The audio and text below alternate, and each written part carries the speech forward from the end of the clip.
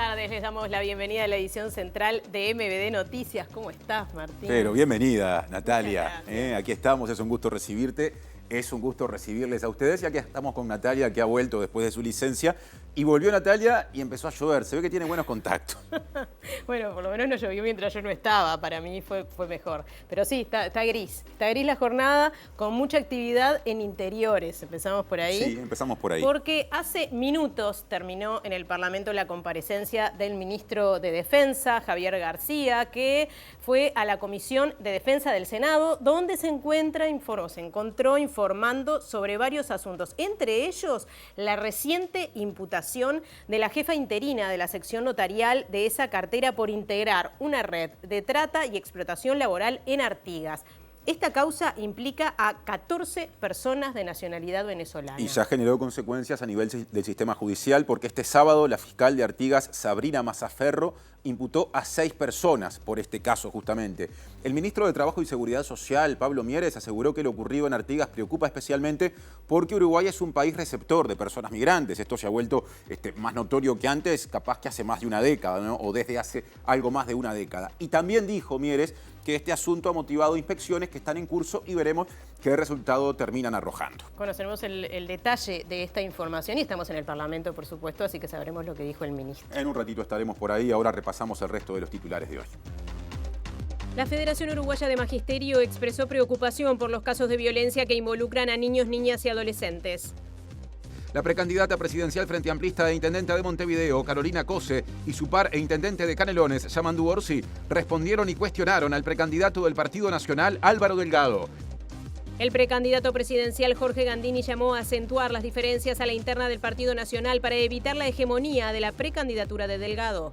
El autor del documento Tipología de los homicidios en Uruguay dijo que los asesinatos aumentaron en los últimos 10 años y que los medios contribuyen al discurso de una sociedad violenta.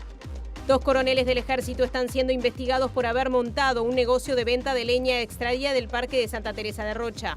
La Intendencia de Montevideo anunció el inicio de las obras del proyecto Late la Rambla, con cambios en el Parque Rodó y el Teatro de Verano, y que incluye la construcción de una ciclovía entre la Ciudad Vieja y las canteras. La ONG Gurises Unidos alertó por la vulneración de los derechos de las hijas de la mujer recientemente condenada a 2 años de prisión por vender marihuana en Punta del Diablo, Rocha. El presidente argentino Javier Milei advirtió que cortar el suministro de hidrocarburos como amenaza a hacer el gobierno de la provincia de Chubut implicaría violar el derecho de propiedad y anunció que en ese caso tomará acciones la justicia. Las tensiones entre Brasil e Israel continúan en aumento. El ministro de Asuntos Exteriores de ese país arremetió contra el presidente Lula da Silva y respaldó a Jair Bolsonaro. Estamos en vivo en YouTube y también en la web de TV Ciudad, tvciudad.uy. Ahora sale del estudio Natalia con los móviles. Sí, bueno, salen nuestros compañeros. Yo me quedo por acá porque, como decíamos, la tarde está gris. En cualquier momento tendremos el contacto con el Parlamento, como les decíamos. Pero ya mismo vamos al contacto con nuestro compañero Diego Martini, que tiene novedades del MIDES, de la Dirección de Liberados. Diego, adelante. ¿Cuáles son esas novedades?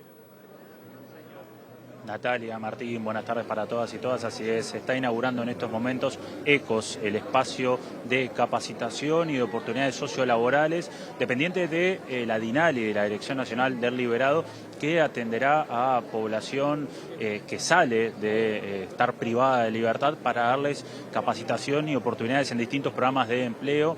Un nuevo lugar que habrá acá en la zona de Arroyo Seco, donde se atenderá o podrán estar 200 personas por día entre los programas y los cursos de capacitación. Entre otras autoridades está el presidente de la República, así que ampliaremos en unos minutos.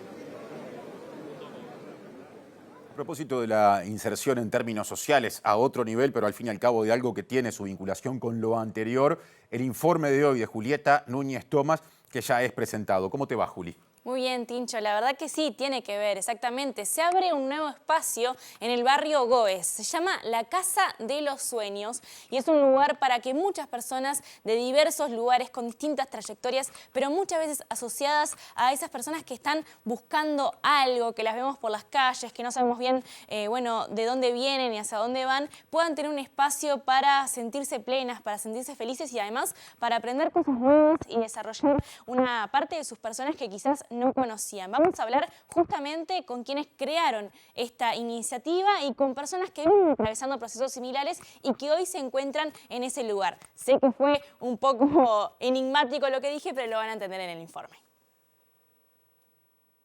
Otro asunto, el precandidato presidencial nacionalista Álvaro Delgado prometió, en caso de ganar las elecciones, llevar adelante una guerra contra la inseguridad y el narcotráfico, y esto motivó respuestas en su partido del también precandidato presidencial Jorge Gandini, que es senador, y en el Frente Amplio del también precandidato e intendente de Canelones, Yamandu Orsi. Para alguien que está en el gobierno en un lugar tan central como el que se ha estado, reconozco que es difícil hacer planteos distintos cuando sos protagonista. Entonces, creo que en el fondo lo que hay es un reconocimiento a algunos fracasos. Yo escucho a Álvaro Delgado decir, en el próximo gobierno, si soy presidente, voy a poner la seguridad y la lucha con el narcotráfico como una prioridad. Y entonces me surge decirle, Álvaro, estamos en el gobierno. Vos, yo, todos estamos en el gobierno. O sea, no hay que esperar un año. Tenemos cosas para hacer, hagámosla. El desarrollo de la información con este tema de portada. 14 personas de nacionalidad venezolana fueron víctimas de trata en una cantera de piedras semipreciosas en Artigas, donde sufrieron explotación laboral. Hay 6 personas, al menos por el momento, imputadas por esto, 4 hombres, 2 mujeres, y una de ellas es la jefa interina de la sección notarial del Ministerio de Defensa Nacional. Las víctimas de nacionalidad venezolana adultas y de distintas edades llegaron al país a principios de enero tras haber sido contratadas por una cantera de piedras semipreciosas en Artigas. Según la investigación que llevó adelante la Fiscalía Letrada Departamental de Artigas de segundo turno, a cargo de la fiscal Sabrina Mazzaferro, conocieron la oferta laboral en la red social Telegram. Los y las imputadas se contactaron con las víctimas por videollamada y les hicieron la oferta de trabajo. Se les ofreció alojamiento, comida, seguro médico y wifi, un sueldo base de $250 o $500 según la tarea a desempeñar, más bonos por producción, horas extras por buena convivencia, bonos por mantenimiento y cuidado de las máquinas, todo lo cual alcanzaría la suma de $1.500 a $2.000 por mes. El régimen sería de lunes a viernes, 8 horas diarias, según dice la resolución de la fiscal Mazzaferro. Las y los migrantes aceptaron la propuesta y llegaron al país luego de varias escalas el 12 de enero. Se alojaron en la cantera el 15 de enero, les retuvieron los documentos y la abogada de la organización, quien también se desempeña como jefa interina de la sección notarial del Ministerio de Defensa, les hizo firmar una declaración jurada y los contratos debieron firmarlos sin previa lectura. La explotación laboral se inició cuando comenzaron a trabajar 12 horas por día en la cantera de piedras. El 31 de enero les informaron que por la primera quincena trabajada les abonarían $180 y les descontaron seguro, comida y wifi. Cuando empezaron a reclamar, la empresa decidió enviar a quienes se quejaban a Curitiba, San Pablo y Cuaraí sin recursos. Según la fiscal Mazzaferro, los imputados integran un grupo criminal organizado con fines de explotación laboral que busca el lucro económico a partir del comercio con seres humanos. Solicitó como medida cautelar la prisión preventiva de todas y todos los imputados en el plazo de 120 días mientras continúa la investigación. Sin embargo, el juez a cargo del caso dispuso la obligación de fijar domicilio, prohibición de abandonar el territorio nacional y retención de sus documentos de viaje, prohibición de comunicación y acercamiento a las víctimas, arresto domiciliario nocturno y uso de dispositivo de monitoreo electrónico.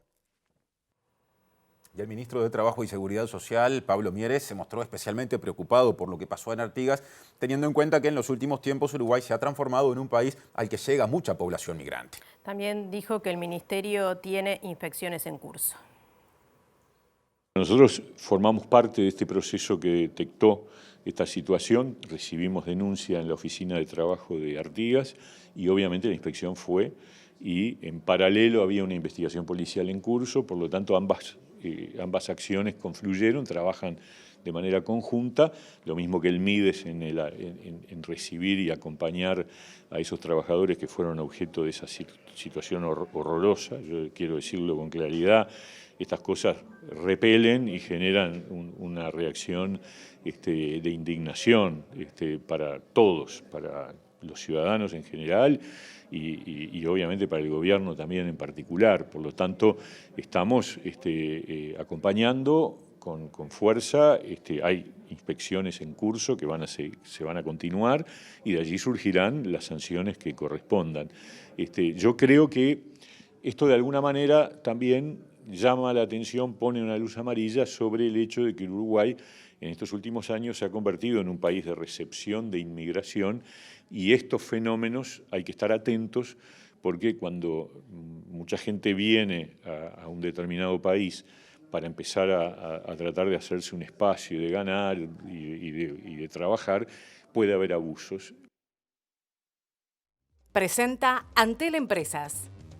¿Tenés Antel? Tenés un socio para hacer crecer tu negocio. Y ahora móvil parlamentario, aparece Martín Duarte, que está vinculado en el trabajo que desarrolla hoy a lo que comentamos, la comparecencia de Javier García en el Parlamento. ¿Cómo andas, Martín? Buenas tardes, Martín, Natalia, buenas tardes para todos y todas.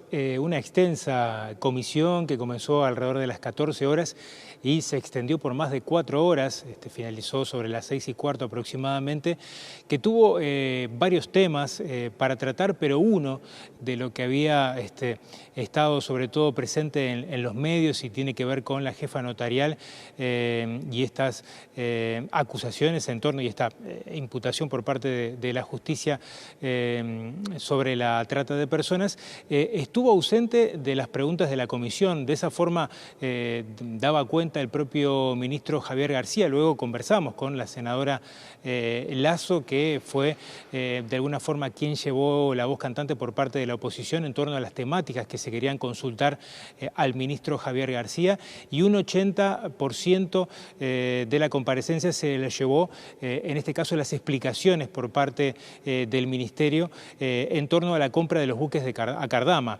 Pero finalmente los tiempos no dieron para hacer foco en este tema de su vínculo con la jefa notarial, en particular porque hubieron dos versiones encontradas que se conocieron en este fin de semana una vez que tomamos contacto de la noticia. Por un parte, una versión que el propio ministro brindó a través de la cadena Twitter, donde señalaba que había llegado a ser jefa notarial o en este caso el puesto que ocupaba en el Ministerio de Defensa por carrera profesional dentro de los 30 años de servicio que brinda en el Ministerio, y luego algunas versiones también, incluso un documento que circula en redes en torno a que el propio Ministerio en marzo del 2023 propone justamente el ascenso de esta persona a ocupar la jefatura notarial. Pero si les parece, repasamos lo que decía el ministro cuando la prensa le consultaba acerca de este tema.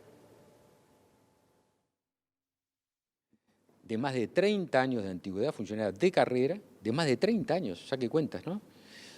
Que es presupuestada, que cumplió funciones en la larga historia del Ministerio de Defensa, y que incluso en el cargo ese que está hoy, fue ascendida en el periodo pasado. En el mismo cargo, creo que se llama, o es el nombre presupuestal, abogado o escribano, asesor 3, porque hay asesor 3, asesor 2, asesor 1, y no sé si hasta cuánto llega para arriba. Ese fue ascendido y es el cargo de carrera y presupuestal. Va ante la misma función que desempeña ahora, por ejemplo. Continúa ante la vacancia, y obliga un decreto del año 2014. Cuando hay una vacancia temporal o definitiva, hay que designar una encargaturía interina, que hay un plazo máximo de 18 meses. Y el jerarca tiene que hacerlo, porque las oficinas, es una sección, estamos hablando de una oficina de un rango muy mediano, ¿no? Si tiene una jefa por arriba. Ante esa vacancia temporal o definitiva, se encarga interinamente una oficina muy chica, y aparte de encargar a una persona, la persona tiene que querer, porque se puede haber dado el caso que otra persona no quiera, como tuvimos la circunstancia. Sí. Allí estaba la explicación del ministro en torno a esa vacancia de la jefaturía, lo que llevó al ministerio a nombrar a esta persona el cargo de la sesión.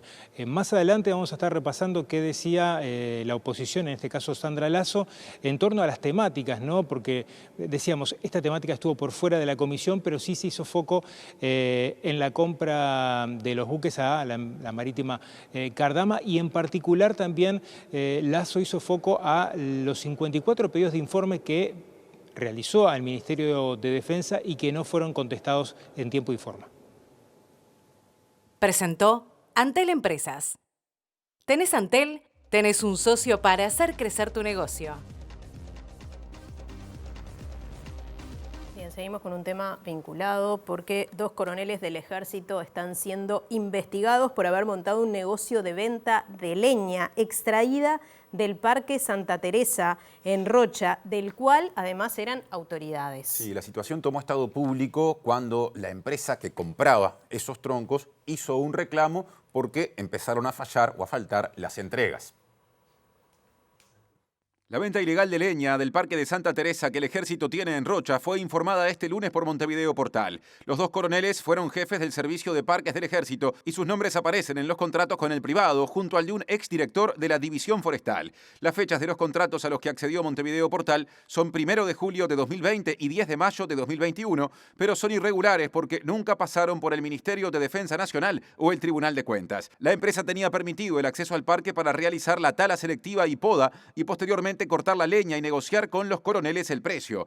De acuerdo con el informe, en la mayoría de los casos se pagaron $400 por las 25 toneladas, lo que equivale a un camión de 2 acoplados. En total, hay registro de venta de 21 camiones entre mayo de 2021 y septiembre del mismo año, unos $10.000. Según la nota, en mayo de 2021, las autoridades del ministerio tomaron conocimiento de los hechos. En primer lugar, removieron a los coroneles investigados, abrieron una investigación y dejaron sin efecto el contrato, y la empresa inició un juicio por $500.000 por incumplimiento del servicio. Ahora cambiamos de tema. La Red Uruguaya contra la Violencia, en este caso doméstica y sexual, cuestionó a la fiscal Sandra Fleitas por sus comentarios hechos el viernes pasado, cuando habló de la eventual responsabilidad de la madre del niño de 2 años que fue asesinado en Ciudad de la Costa, más precisamente en el Pinar Norte. El colectivo considera que fue una actitud misógina y patriarcal y que la fiscal no contempló la responsabilidad del Estado en la protección de las infancias.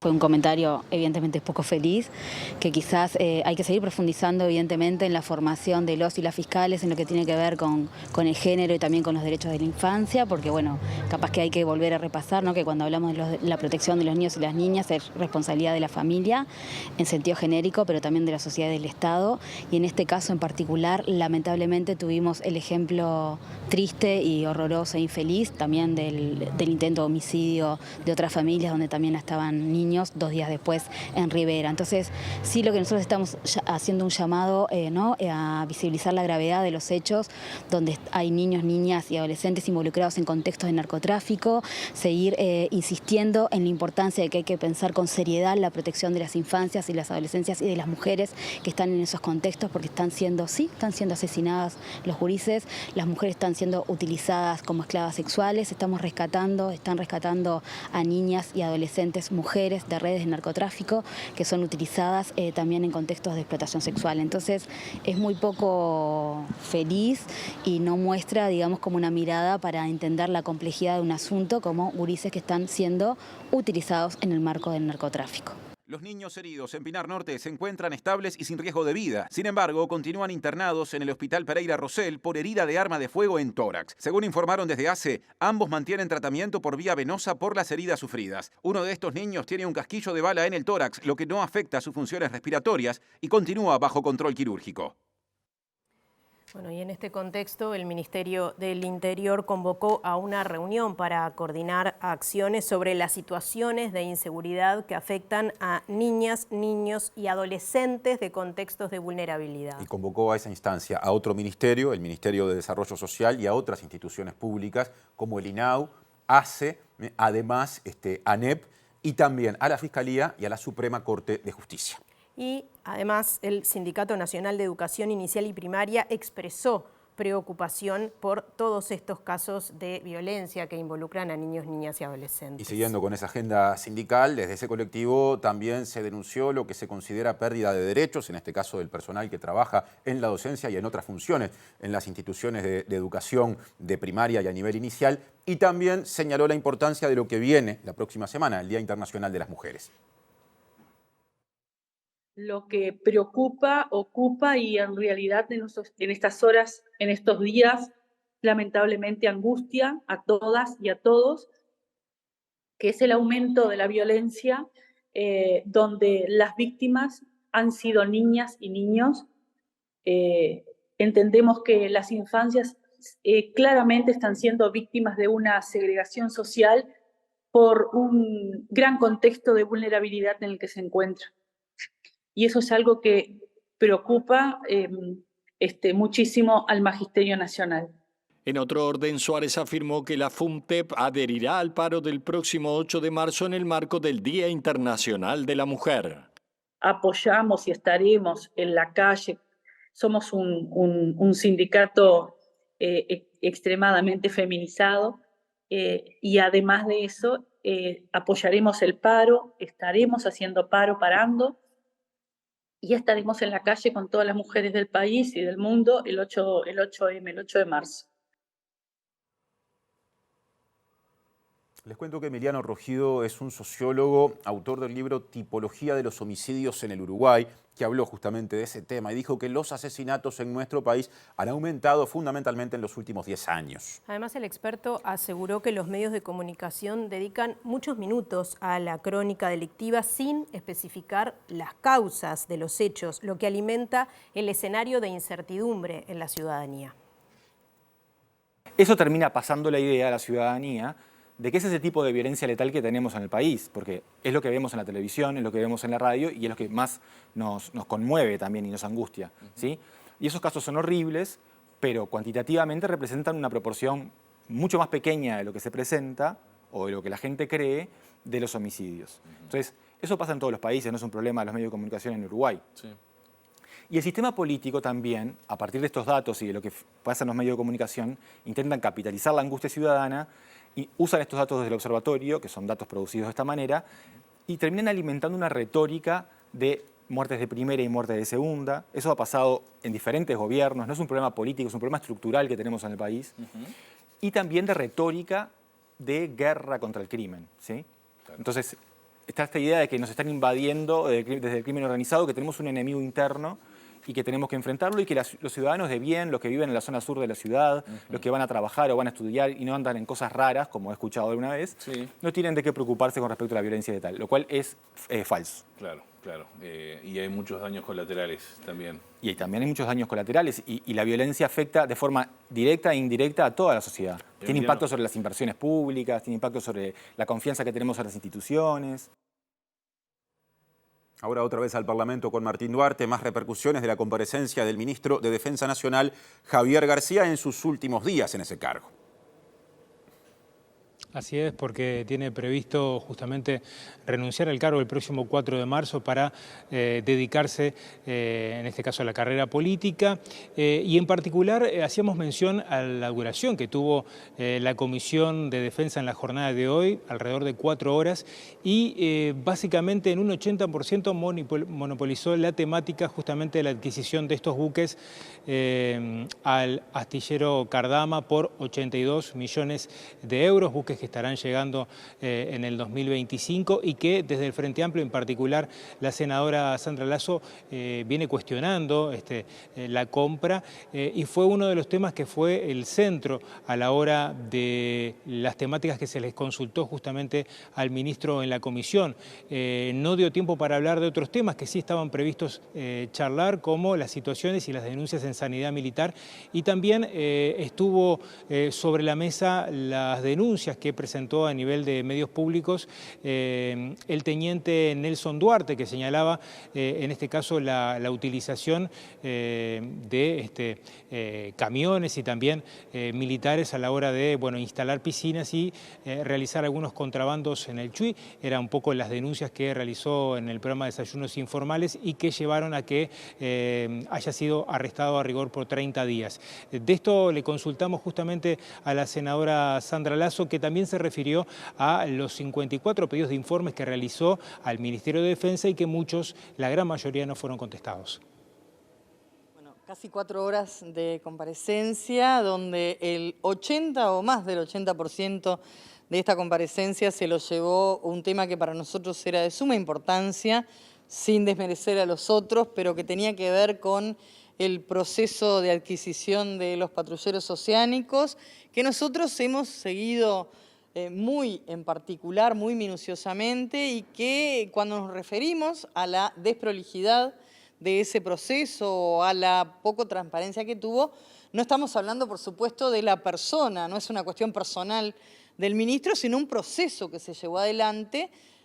Por más que el ministro quiera entender que esto es una cuestión estrictamente de política electoral, nosotros entendemos que es una cuestión que le debe interesar a la población, porque estamos hablando de cuestiones presupuestales, porque es una cifra importante, porque esa cifra además sale del dinero de todos y porque nosotros decimos que un proceso que se presentó como una operación competitiva termina siendo una compra directa y en el medio suceden cosas como renuncias de integrantes de la Armada, como la falta de conocimiento de algo que pedimos muchas veces y que hoy tuvimos algunas puntas, que es el conocimiento del contrato.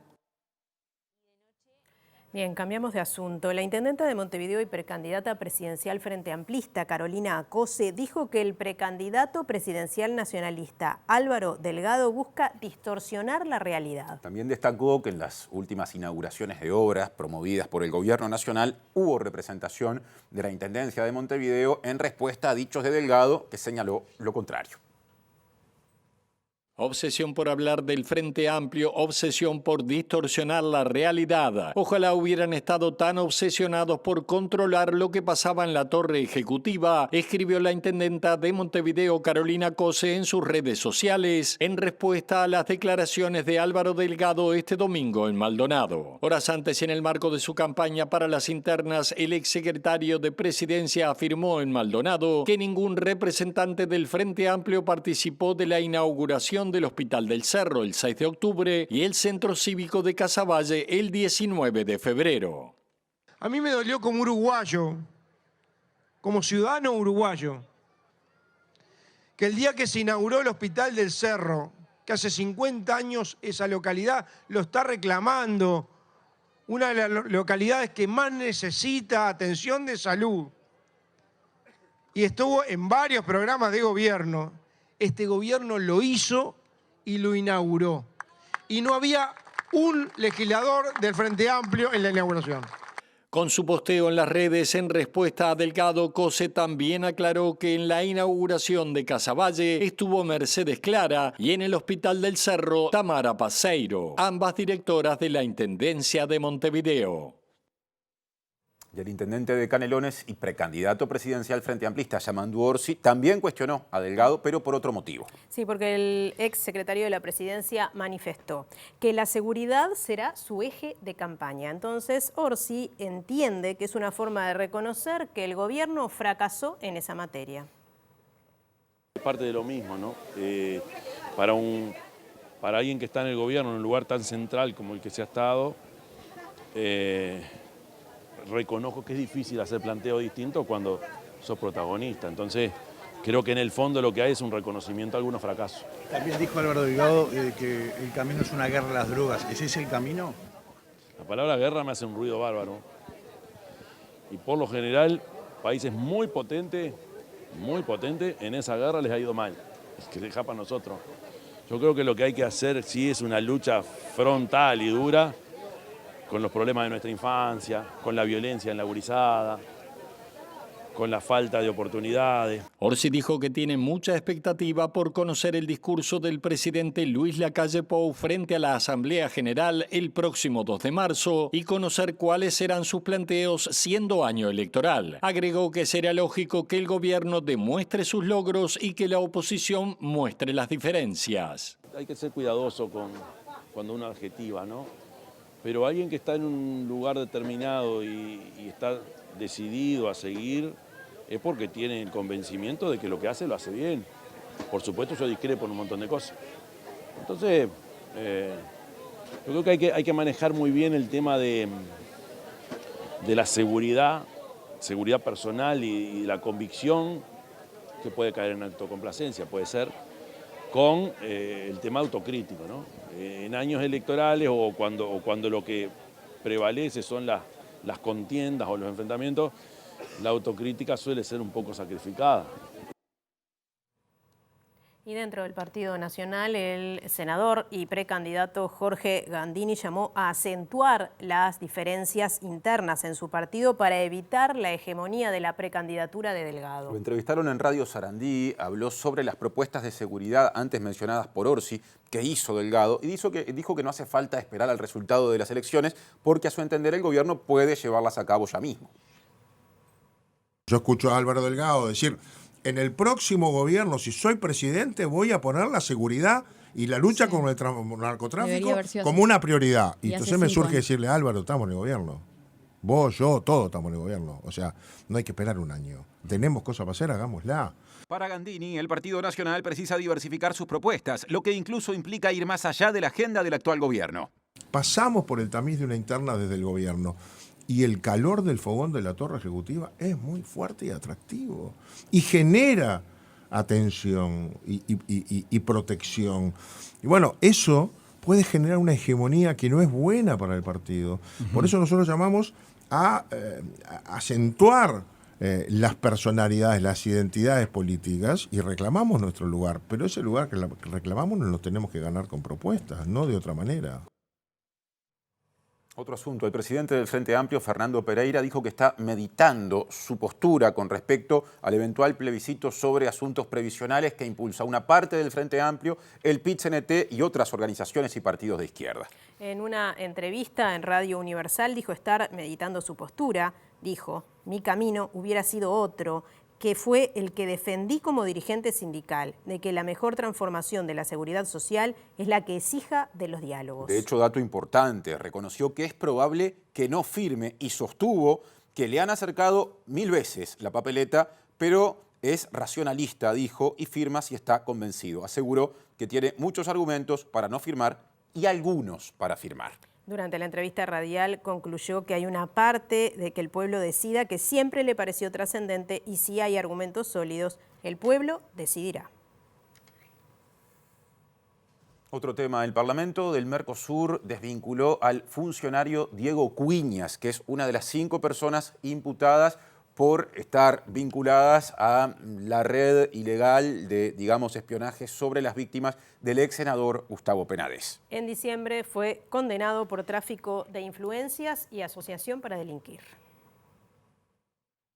Cuiñas, funcionario del Parlamento, conoció a Penades cuando este último fue nombrado presidente del organismo internacional. La fiscal Gioni había encontrado en el teléfono de Penades un flujograma en el que aparecían probables víctimas de explotación y abuso sexual por parte del ex senador. Tras la investigación, la fiscal Gioni condenó a 5 personas por colaborar en una trama paralela que lideró Diego Cuiñas para detectar a algunas víctimas e intentar amedrentarlas de manera de que no denunciaran. En la organización también fue parte Darwin Taroco, exdirector del ex Comcar, quien llegó a un acuerdo con Fiscalía y lo estampará el próximo 4 de marzo con su firma. Cuiñas y Taroco se conocían de la masonería. Según publicó El Observador, el nuevo presidente del Parlasur, Alfredo Olmedo, lideró las negociaciones para que Cuiñas sea desvinculado cuanto antes, porque, textuales palabras, desprestigia la institución y es una vergüenza. Por otra parte, este lunes se supo que una de las víctimas de Penades, Jonathan Mastro Pierro, realizó una denuncia por amenazas que sufrió a través de redes sociales, en donde le dijeron: vos sos fiambre, ya te toca reja y vas a tener que bancar como hombrecito.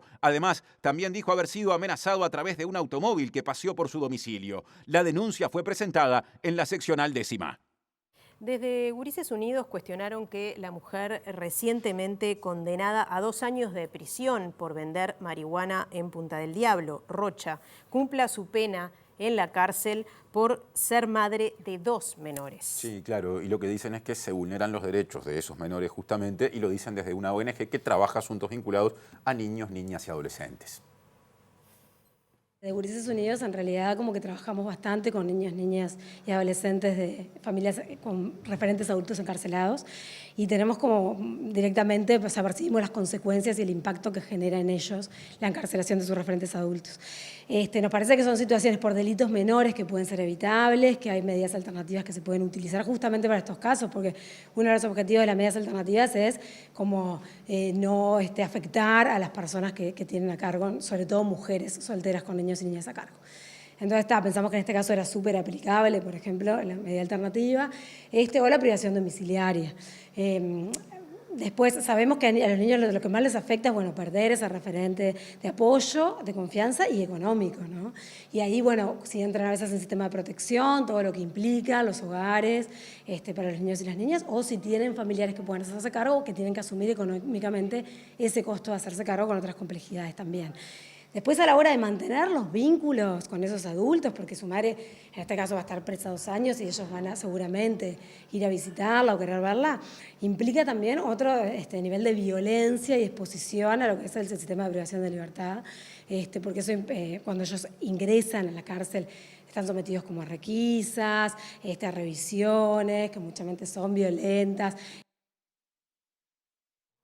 Otro tema, referentes del Centro de Rugby Inclusivo del Uruguay, que funciona en Punta de Rieles, departamento de Montevideo, están evaluando el cierre de ese centro porque dicen haber sufrido más de 40 robos ya a esta altura y también la ocupación de parte del predio que justamente le pertenece al centro. Este espacio funciona allí desde hace casi 8 años y recibe a unos 65 niños, niñas y adolescentes.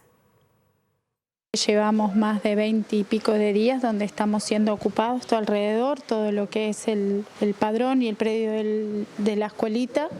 Estuvimos viviendo unos días de violencia bastante importantes también por acá, por el barrio. Y lo que nos preocupa mucho es el tema de la seguridad. A nosotros ya nos robaron más de 40 veces, unas 45 veces, y están ocupando todo alrededor, estamos quedando como encerrados. Y hemos hecho las denuncias pertinentes en todos lados, porque realmente el terreno que nos están ocupando también es el nuestro, donde pensábamos hacer la cancha grande de rugby.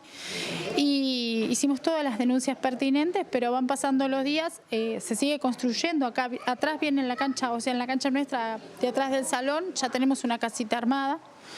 Y hemos intentado nosotros dialogar por todos los medios con ellos, pero no lo entienden. Si las autoridades no van a actuar, nosotros vamos a tener que cerrar el centro porque no nos queda otra opción.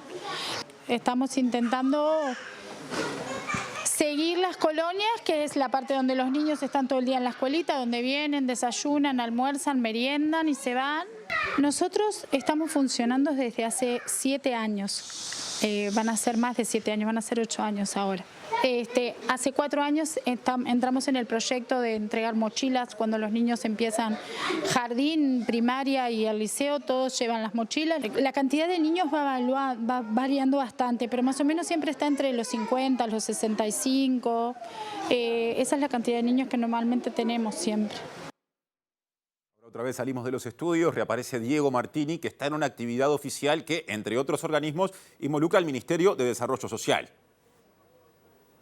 Así es, compañeros, como anunciábamos, estamos en la inauguración de este espacio ECOS, este espacio de capacitación y oportunidades sociolaborales para personas que salen de estar privadas de libertad. Y para hablar con esto estamos con el ministro de Desarrollo Social, Martín Lema, a quien le agradecemos por estos minutos. ¿Qué significa la inauguración de este espacio? Bueno, muy importante por la respuesta que da. Aparte de generar oportunidades, genera herramientas para aprovechar esas oportunidades, en donde lo habrán visto, es todo un salas a nuevo, sala carpintería, de herrería, de informática, una cantidad de salones multiuso, y que busca primero crear una bolsa de trabajo y de oportunidades en sentido amplio, y también permanentemente va a haber cursos de formación, en donde personas que recuperan la libertad pueden venir acá, tomarlo como referencia y buscar superar situaciones de vida muy complejas para poder disponer de dar segundas oportunidades. Esto está en el marco de una estrategia post-penitenciaria que llevó adelante el MIDES en este periodo, que no tiene antecedente, que va en diferentes factores, desde la presencia técnica en las cárceles antes que recuperen la libertad, desde generar lo que se llama red de oportunidades, en donde somos 120 instituciones que trabajamos en conjunto, desde un plan de inclusión asistida para dar mayor atención a personas que recuperan la libertad, este proyecto ECOS, y en unos días vamos a lanzar un documental con historias de vida de personas que recuperaron la libertad, no para justificar porque el delito se reprime, pero sí para entender por qué sucede, qué hay detrás de un hecho delictivo. Circunstancias de vida que desde la primera infancia hay fallas sociales, fallas institucionales, fallas en los hogares, donde lamentablemente después desemboca en una trayectoria de vida muy compleja, y este proyecto ECOS lo que busca es generar segundas oportunidades para personas que recuperen la libertad. ¿De cuántas personas estamos hablando y es un modelo que va a funcionar de forma autosustentable también? Por día 200 personas en simultáneo van a estar conviviendo acá. Ustedes vieron la calidad de las instalaciones. Quisimos dar lo mejor para justamente que en la respuesta esté esa contención y esa consideración de que la voluntad es justamente en generar esas segundas oportunidades y que para que se pueda aprovechar esas segundas oportunidades hay que tener formación. Como todo, recién lo explicábamos, hay 3 caminos que se pueden adoptar. El camino de darse por vencido, que no es opción, el camino de la conformidad, que tampoco es opción, y el camino de darlo todo, que es lo que hace el equipo y lo que vamos a buscar que las personas que estén por segundas oportunidades también opten por el mismo. ¿Cómo va a funcionar? ¿Por derivación? ¿Con una ONG? ¿Cómo es el sistema? No, hay técnicos de la INALI y en sentido amplio de protección social del MIDES, en donde personas que recuperan libertad van a tener acá una referencia para venir a consultar. Consultar para tener asesoramiento legal, consultar para tener orientaciones, por ejemplo, en materia de cédula de identidad. Hay una cantidad de gente que sale de la cárcel sin tener ni siquiera una cédula de identidad. Consultar acerca de los cursos, que como decía, la capacidad es 200 personas en simultánea por día. Consultar para nosotros poder articular, de buscar revincular con su familia, de ser interlocutores con esa familia donde muchas veces se dinamitaron todos los puentes. Entonces eso también, por lo tanto va a ser donde se llevaba adelante un servicio de la INALI muchísimo más potenciado, mejorado y como ustedes vieron con instalaciones y servicios de primer nivel. Bien, escuchábamos entonces al ministro de Desarrollo Social, Martín Lema. Agradecemos a nuestro compañero Diego Martini y a todo el equipo que están por allí. Y ahora vamos a cambiar de tema y vamos a hablar de la Casa de los Sueños. Claro, otras inauguraciones. Julieta, tema de informe. Así es, compañeros. Vamos a hablar de este lugar muy especial que se inaugura este miércoles y que tiene algunas características que me parece que lo hacen propicio para presentarlo justamente en esta instancia de informe, porque es una experiencia bastante única que viene justamente de construir un espacio nuevo cuando ya hay experiencia acumulada en determinados tipos de iniciativas que han servido para mejorar la comunidad de alguna manera. Estamos hablando de experiencias que tienen que ver con la privación de libertad, que tienen que ver con el trabajo luego de salir de la privación de libertad y que también tienen que ver con las personas que están en situación de calle, en refugios o que andan buscando por ahí maneras de sortear su vida en términos diarios, ¿no? Entonces se reunieron todas estas experiencias y un equipo multidisciplinario instaló una casa que se llama justamente la Casa de los Sueños, y ahora les voy a contar más por qué, en Terra y Martín García, es decir, en diagonal con el MAM, en el barrio Goes. Estuve allí hoy compartiendo con este equipo multidisciplinario todas las herramientas que van a poner a disposición de todas las personas que quieran entrar allí. Y una cosa que les quiero comentar sobre este espacio, que es un espacio cultural, social, comunitario, barrial, con un anclaje artístico muy importante, con un anclaje comunicacional hacia adentro y hacia afuera para el barrio también muy importante, es que tienen una frase allí en la presentación de qué es lo que esperan en ese lugar, que se los quiero leer antes de entrar un poco más. Dicen que ese es un lugar para dar la batalla para que todo ser humano tenga la capacidad de soñar y donde nadie pueda prohibirlo. Y que sea un espacio también que desde su mirada, el eslabón para la construcción de proyectos nace en la imaginación, como un acto de invención, una posibilidad, incluso aunque tenga poco anclaje en lo real, ¿no? Entonces, esta es la explicación de por qué es la Casa de los Sueños. Una de las personas con las que conversamos hoy fue Luis Parodi. Cuando fuimos a conocer la casa estaba allí, es uno de quienes ha impulsado esta iniciativa, es un coordinador que tiene una experiencia muy interesante en cárceles, ya que fue director de la cárcel Punta de Rieles y en el momento en que lo era, sus proyectos socioeducativos y demás impulsaron un montón de emprendimientos productivos dentro de Punta de Rieles. Así que vamos a escucharlo explicar de dónde nació esta idea. Yo aprendí en la cárcel que el sueño es la primer posibilidad de empezar a crear una subjetividad distinta. El sueño es como el deseo, es el motor, sigue siendo el motor de la humanidad. Y bueno, se trata de que esos sueños puedan encontrar algunos caminos de concreción. Es decir, con muchas ganas, pero bueno, dejando abierto a que estas concreciones van a ser abierta, bueno, nunca se sabe. Pero el sueño es, lo más difícil es cuando no encontrás el deseo. Por lo tanto, el proyecto tiene que buscar los deseos. El sueño es que la habiten personas que anden en la vuelta.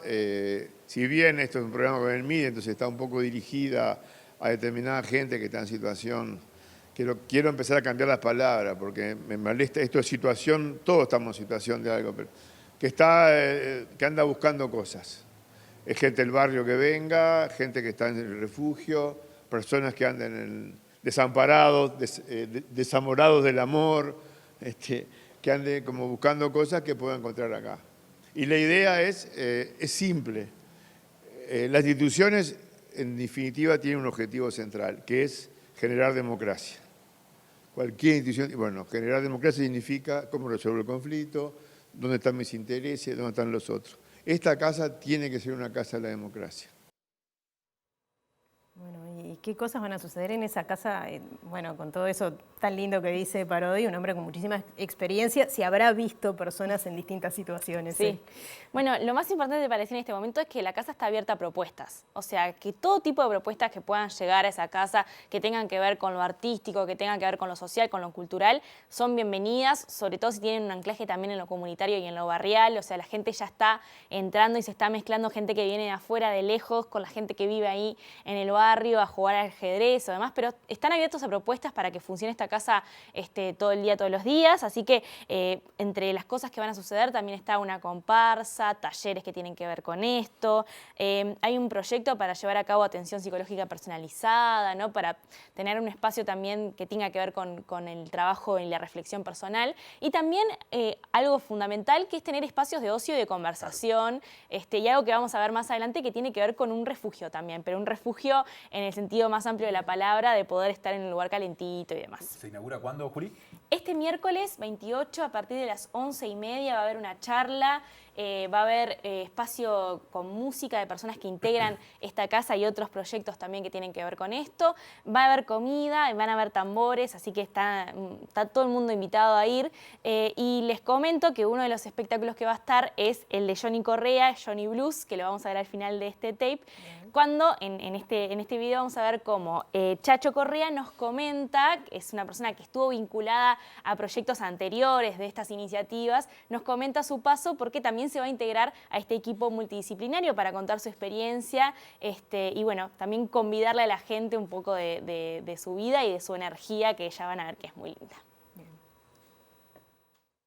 Hay taller de gráfica, hay taller de coordinación, hay taller de candombe, también de percusión, hay plástica, bueno, hay danza también, hay de todo un poco. Gracias a Dios pudimos llegar al objetivo, que es abrir el local. Ahora el miércoles, si Dios quiere, a partir de las 11:30 ya se inaugura este local y bueno, están todos bienvenidos y bienvenidas para que tengan un espacio para no estar al aire libre ahora que se vienen los días de frío, ¿no? El invierno. Y gracias a Dios ya tengo trabajo, terminé la escuela, terminé el ciclo básico a los 50 años, ¿quién te iba a decir que iba a terminar? Y me siento orgulloso de mí mismo de que sí, que sirvo para algo, que estoy vivo y puedo hacer cosas lindas que me gustan y estar en el espacio que pueden estar otros, que hay cosas positivas para hacer, ¿no? No solo estar dando vueltas a la calle y estar sentado en una plaza, digo, hay que acercarse y dejarse ayudar. Hay muchas cosas lindas para hacer con gusto diferente. El motivo que se acerquen y vean y se prenden en algún taller que les guste, ¿no? Y ahí viajás, ahí haces lo que te gusta y cuando querés acordar ya se te pasaron las horas y bueno, ya está, estás en el taller y ya te enganchaste y seguís para adelante.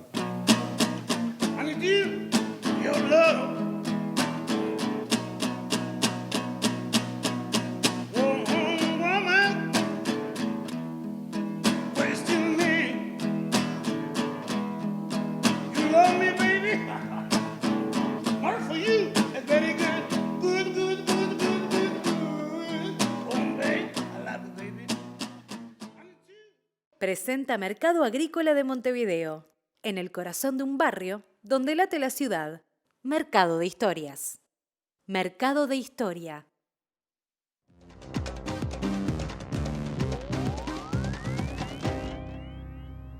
¿Qué tal? Buenas tardes. Comenzamos nuestro capítulo internacional y como suele ser común en estos últimos días, lo hacemos desde la República Argentina. Antes de meternos de lleno en la guerra de Milei con los gobernadores, hay que decir que un fiscal pidió el agravamiento de la pena que había recaído en su momento en el año 2022 contra la expresidenta Cristina Fernández y está pidiendo 12 años por la denominada causa vialidad. Pero volviendo a la guerra de Milei con los gobernadores, hay problemas. Uno de ellos tiene que ver con la provincia de Chubut y su gobernador Ignacio Torres, quien ha dicho que si Milei no libera las partidas, bueno, no enviará petróleo para el Estado federal en una de las provincias que particularmente tiene la mayor producción de petróleo.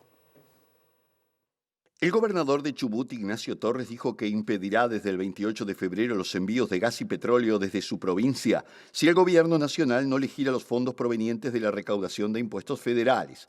Chubut es la segunda mayor productora de petróleo de Argentina con casi un 21% del total del país y la tercera de gas natural. Y por la Constitución argentina, los recursos naturales son propiedad de las provincias, las cuales pueden dar concesiones a empresas para su explotación, como sucede con los hidrocarburos. El conflicto se inscribe en el severo plan de ajuste fiscal que ha emprendido el gobierno de Milei y que ha supuesto, entre otros recortes de gastos, una drástica caída de las transferencias a las 23 provincias del país y a la ciudad autónoma de Buenos Aires. Ante esto y en declaraciones este domingo al canal La Nación Más, Milei afirmó que el gobernador Torres es un pobre chico que no puede leer ni un contrato y tiene una precariedad intelectual muy grande y lamentó que los otros gobernadores de la Patagonia respaldaran a Torres y los acusó de no querer hacer el ajuste fiscal necesario. En medio de las discrepancias con las autoridades provinciales, el gobierno eliminó el Fondo de Fortalecimiento Fiscal de la provincia de Buenos Aires, creado durante la pandemia por la administración de Alberto Fernández,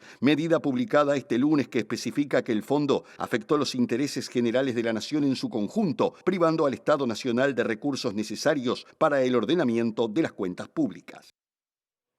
El acto de masas y público que llevó a cabo el expresidente brasileño Jair Bolsonaro por la avenida Paulista de Sao Paulo se ha convertido también en un acto con repercusiones internacionales. ¿Por qué? Porque Bolsonaro apareció y desplegó la bandera de Israel, como muchos de sus adeptos lo hicieron durante la jornada, y eso también se transformó en una crítica al gobierno de Lula da Silva, que está acusado de antisemitismo por haber afirmado que Israel está cometiendo un genocidio en la Franja de Gaza. A esto se subió el ministro de Exteriores de Israel, Israel Katz, quien dijo que nada podrá separar a los pueblos de Brasil e Israel. Y también Milei se sumó a todo esto a través de sus redes, justamente acusando al presidente Lula da Silva. La gran movilización fue organizada por el expresidente Jair Bolsonaro para protestar contra las acusaciones que lo implican en un intento de golpe de Estado, y durante el recorrido el exmandatario y varios participantes portaron banderas israelíes para manifestarse contra la postura del gobierno de Brasil que apoya al pueblo palestino. El pasado viernes Lula volvió a acusar a Israel de cometer genocidio en la Franja de Gaza y declaró estar a favor de la creación de un Estado palestino libre y soberano, a lo que el canciller israelí Israel Katz no tardó en responder y dijo: nadie va a separar a nuestro pueblo, ni siquiera tú, afirmó el diplomático en referencia al actual mandatario brasileño. El presidente argentino Javier Milei, por su parte, compartió mensajes en las redes que elogiaron la manifestación organizada por Bolsonaro y donde las banderas israelíes fueron omnipresentes. Uno de los mensajes de Milei decía: Lula es pro Hamás, Bolsonaro es pro Israel, fin, en un tuit donde comparte un video en el que aparece el expresidente enarbolando una bandera israelí y calificó la manifestación como una masiva protesta contra Lula después de que éste fuese acusado de supuestas declaraciones antisemitas. Volvieron los tractores a ser protagonistas en la Unión Europea, particularmente en Bruselas, donde hoy se reunieron los ministros de Agricultura y le pidieron a la Comisión Europea que tome medidas urgentes para atender los reclamos de los agricultores que tuvieron una manifestación bastante virulenta. También se reprodujeron en otros lugares, como en Madrid particularmente, pero también en Rumania, en Polonia y en Alemania. Casi 1000 tractores bloquearon este lunes el distrito europeo de Bruselas para protestar con algunos conatos de violencia en los aledaños de las instituciones de la Unión Europea contra la caída de sus ingresos, las regulaciones medioambientales, la sobrecarga administrativa o los acuerdos de libre comercio.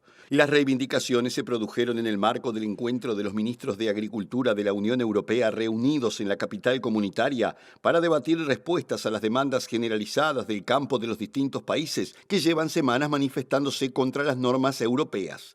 En la principal avenida del barrio europeo, la Rue de la Loi, centenares de tractores bloquearon el paso y algunos manifestantes quemaron neumáticos y fardos de paja, lanzaron petardos e incluso huevos y naranjas a los edificios comunitarios, lo que motivó que la policía usara carros lanzaagua y gases lacrimógenos para evitar que rompieran el perímetro de seguridad establecido en torno a los edificios de las principales instituciones europeas. Mientras tanto, en Madrid, unos 30.000 agricultores, ganaderos y pescadores recorrieron las calles con un centenar de tractores en protesta contra las políticas que restan rentabilidad a su negocio, donde los manifestantes quemaron muñecos que representaban al presidente del gobierno español, Pedro Sánchez, y al ministro de Agricultura, Luis Planas, frente al Ministerio de Agricultura español. Presentó Mercado Agrícola de Montevideo, en el corazón de un barrio donde late la ciudad. Mercado de Historias. Mercado de Historia. Agenda de la ciudad. La intendenta Cose anunció que en breve comenzará una segunda etapa de obras en el Teatro de Verano Ramón Collazo y también, atención con esto, en la Rambla, que incluirá juegos en las canteras del Parque Rodó, la renovación del denominado Paseo de los Pescadores, que pasa por distintos clubes de pesca ubicados en esa zona, y también estacionamientos e iluminación. El proyecto se va a llamar o se llama La Rambla Late e incluye una ciclovía que va desde la Escollera Sarandí hasta las canteras del Parque Rodó y será enteramente por la calzada sin afectar la vereda. Cuando salimos del teatro nos encontramos con la explanada, vamos a asfaltar, a transformar ese estacionamiento y a reverdecer la entrada para que este teatro tenga la entrada que se merece. Vamos un poquito para atrás, hacia las canteras del Parque Rodó. Todas y todos sabemos de la tradicional y maravillosa actividad de tirarse con cartones para abajo, ¿verdad? Pero eso ha ido modificando el terraplén. Por lo tanto, vamos a instalar ahí 4 toboganes de acero para conducir la actividad. Seguimos de aquel lado. Hay un puente que vincula las canteras que está en muy mal estado y es patrimonial. Vamos a sustituirlo por un puente nuevo, en buenas condiciones, para habilitar ese paseo y dejarle a Montevideo un paseo más. Como parte de la segunda etapa de obras del Teatro de Verano, se colocarán 2.500 butacas en la platea alta y se sumará un tercer anillo con 1.000 asientos, también butacas, aumentando el foro a 5.000 localidades. Además, se prevé aumentar la accesibilidad y las condiciones de seguridad con nueva iluminación de pasillos, escaleras y filas numeradas del segundo y tercer anillo de la platea alta, así como una salida de emergencia. Como antesala a los ingresos, el público será recibido por las áreas verdes de la nueva plaza de carnaval de 5.000 metros cuadrados. Bien, y les contamos que el presidente de la Comisión de Patrimonio Cultural de la Nación, William Rey, dijo desconocer los detalles del trazado de ciclovía anunciado, ya que en enero se había dicho que sería diferente e incluiría un tramo de bicisenda. Claro, consultado por MBD Noticias, Rey declaró que la comisión que preside había aprobado el tramo de bicisenda, es decir, de senda para bicicletas sobre la vereda, anunciado en enero, pero aún no había recibido el proyecto con el tramo de ciclovía, es decir, de vía para bicicletas sobre la calzada. Por tal motivo se mostró sorprendido con los detalles del proyecto divulgado ayer, que consta de una vía para ciclistas por la calzada desde Sarandí hasta las canteras. La Comisión del Patrimonio aún no aprobó la mayoría de las obras que la Intendencia pretende hacer en la Rambla Sur y en el Parque Rodó. Sin embargo, Rey aclaró que la Intendencia de Montevideo aún está a tiempo de presentar los proyectos. Y hablando de tiempo, ¿con qué nos vamos? ¿Con qué nos vamos? Con los datos del tiempo, el pronóstico de Inumet para los próximos 3 días en la zona metropolitana. Ahí tenemos lo previsto para mañana, en primer término, martes 27 de febrero, ya cuenta final del mes. Para Montevideo y área metropolitana se prevé una mínima de 19 grados, una máxima de 27 y no se pronostican lluvias. Va mejorando el tiempo, sobre todo del mediodía en adelante. Un mes que es un poquito más largo de lo habitual. Sí, es cierto. Cada 4 años pasa. Miércoles 28 de febrero, la mínima será de 19 grados, la máxima de 27 y estará algo nuboso. Confirmado lo que decía Natalia, hay 29 de febrero este año, bisiesto, para ese día, el jueves, falta bastante todavía, en Montevideo y cercanías. Observen cómo aumenta la nubosidad y se espera una mínima de 18 grados y una máxima de 27. Día de ñoquis. día de ñoquis, el 29 de febrero, pero hace calorcito. Es cierto. Así que hay que buscarle alguna fórmula más fresca. Lo bueno es que la porción es por 4. Está bien. Así que quienes amamos los farináceos tenemos ese consuelo, claro, ¿no? Ese premio en este año. Estamos llegando al final, como siempre les decimos, quédense porque viene el lado B. Y luego Mira Montevideo y nosotros nos reencontramos mañana a las 19. Gracias por estar, que pasen bien. Hasta mañana.